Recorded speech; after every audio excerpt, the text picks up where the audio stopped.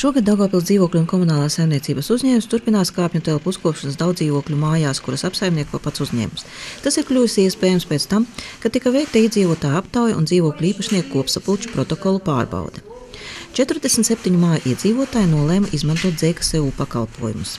5 mājās kāpņu telpu uzkopšanas darbi jau tiek veikti, pārējās 42 tos ir plānots uzsākt no 1. jūnija vai nevēlāk kā no 1. jūlija.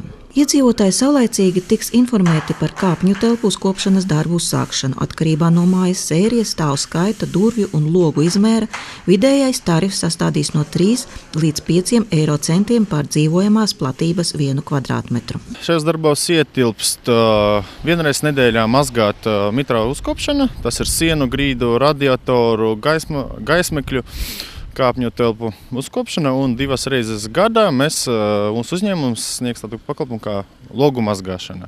Saskaņā ar ministru kabineta noteikumiem inventāra uzglabāšanai ir piešķirtas izolētas telpas. Ūdens ņemšanai pagrabā ir uzstādīts atsevišķs ūdens krāns ar skaitītāju. Maksa par patērēto ūdeni ir iekļauta kāpņu telpu uzkopšanas tarifā. Pieņemt lēmumu par DZKSU koplietošanas telpu uzkopšanas pakalpojumu izmantošanu var gan visas mājas dzīvokļu īpašnieki, gan atsevišķas kāpņu telpas iedzīvotāji. Var uzkopt vienu kāpņu telpu atsevišķi, taču tam arī jānobalso 100% iedzīvotājiem visas kāpņu telpas. Ja? Tātad interesanta situācija var rasties, ka ja māja cēlumā negrib, bet viena kāpņu telpa grib, tātad 100% viņi kāpņu telpu iedzīvotāji nobalsot var arī to veikt. Daudz dzīvokļu māju iedzīvotājiem ir iespēja jebkurā brīdī pieņemt lēmumu par labu dzīvokļu un komunālās saimniecības uzņēmumam.